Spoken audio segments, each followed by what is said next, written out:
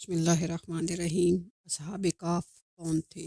اصحاب کاف شہر افسوس کے شرفا تھے، جو بادشاہ کے معزز درباری بھی تھے، مگر یہ لوگ صاحب ایمان اور بت پرستی سے انتہائی بیزار تھے۔ دقیانوس کے ظلم و جبر سے پریشان ہو کر یہ لوگ اپنا ایمان بچانے کے لیے اس کے دربار سے بھاگ نکلے اور قریب کے پہاڑ میں ایک غار کے اندر پناہ گزین ہوئے اور سو گئے، تو 300 برس سے زیادہ عرصے تک اسی حال میں سوتے رہ گئے۔ دقیانوس نے جب ان لوگوں کو تلاش کرایا اور اس کو معلوم ہوا کہ یہ لوگ غار کے اندر ہیں، وہ بے حد ناراض ہوا اور فرط غیظ و غضب میں یہ حکم دے دیا کہ غار کو ایک سنگین دیوار اٹھا کر بند کر دیا جائے، تاکہ یہ لوگ اسی میں رہ کر مر جائیں اور وہی غار ان لوگوں کی قبر بن جائے۔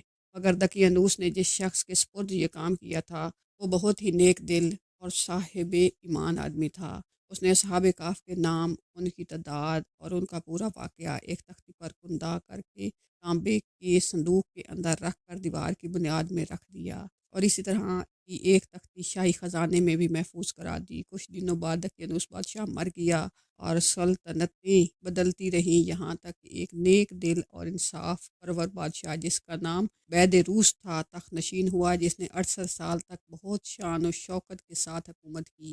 اس کے دور میں مذہبی فرقہ بندی شروع ہو گئی اور بعض لوگ مرنے کے بعد اٹھنے اور قیامت کا انکار کرنے لگے۔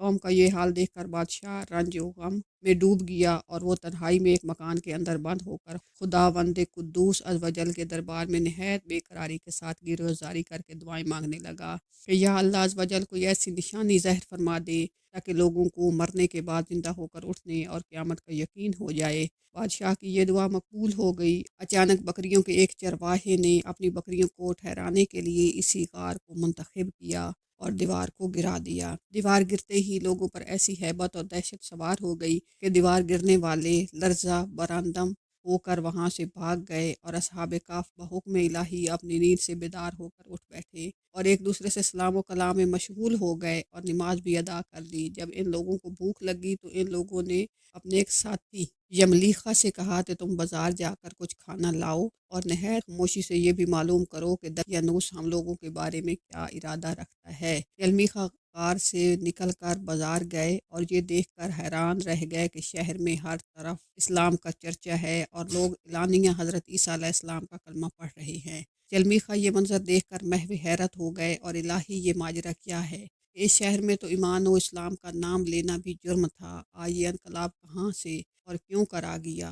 پھر یہ ایک نان بائی کی دکان پر کھانا لینے گئے اور دقیانوسی زمانے کا روپیہ دکاندار کو دیا، جس کا چلن بند ہو چکا تھا، بلکہ کوئی اس سکے کو دیکھنے والا بھی باقی نہ رہ گیا تھا۔ دکاندار کو شبہ ہوا کہ شاید اس شخص کو کوئی پرانا خزانہ مل گیا ہے، چنانچہ دکاندار نے ان کو حکام کے سپرد کر دیا اور حکام نے ان سے خزانے کے بارے میں پوچھ گچھ شروع کر دی اور کہا کہ بتاؤ خزانہ کہاں ہے؟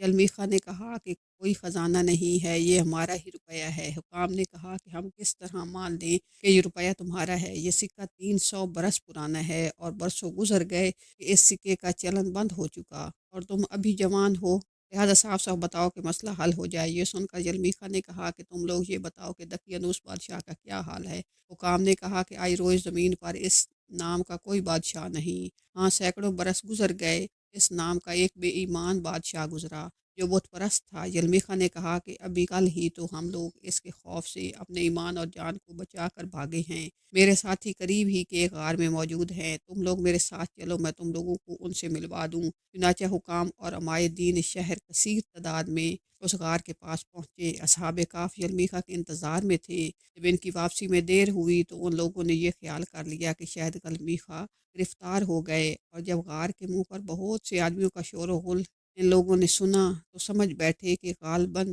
دقیانوس کی فوج ہماری گرفتاری کے لیے آن پہنچی ہے، تو یہ لوگ نہایت اخلاص کے ساتھ ذکر الہی اور توبہ استغفار میں مشغول ہو گئے۔ حکام نے غار پر پہنچ کر تانبے کا صندوق برآمد کیا اور اس کے اندر سے تختی نکال کر پڑھا تو اس تختی پر اصحاب کہف کا نام لکھا تھا، اور یہ بھی تحریر تھا کہ یہ مومنوں کی جماعت اپنے دین کی حفاظت کے لیے دقیانوس بادشاہ کے خوف سے اس غار میں پناہ گزین ہوئی ہے۔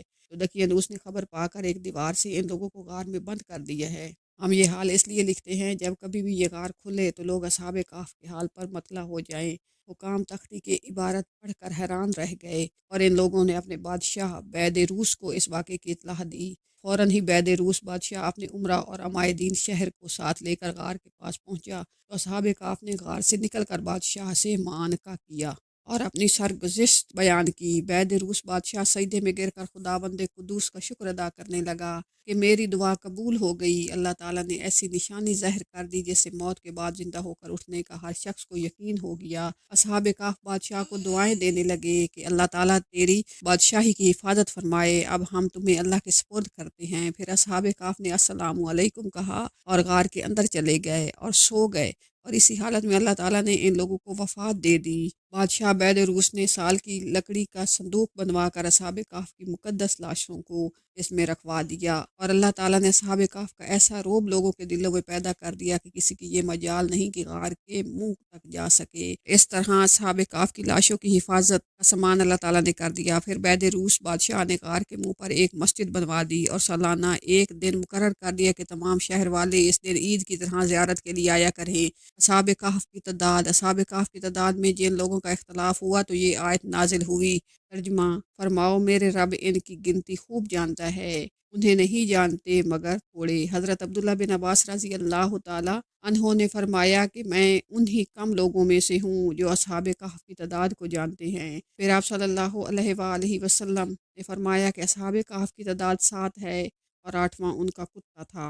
تفسیر ساوی۔ قرآن مجید میں اللہ تعالیٰ نے اصحاب کہف کا حال بیان کرتے ہوئے ارشاد فرمایا، ترجمہ: کیا تمہیں معلوم ہوا کہ پہاڑ کی کھو اور جنگل کے کناروں والے ہماری ایک عجیب نشانی تھی جب ان جوانوں نے غار میں پناہ لی، پھر بولے اے ہمارے رب ہمیں اپنے پاس سے رحمت دے اور ہمارے کام میں ہمارے لیے راہ یابی کے سامان کر۔ تو ہم نے اس غار میں ان کے کانوں پر گنتی کے کئی برس تھپکا، پھر ہم نے انہیں جگایا کہ دیکھیں جو کچھ جوان تھے اپنے رب پر ایمان لائے اور ہم نے ان کو ہدایت بڑھائی۔ اس سے اگلی آیتوں میں اللہ تعالیٰ نے اصحاب کہف کا پورا حال بیان فرمایا ہے، جس کو ہم اصحاب کہف کے نام ان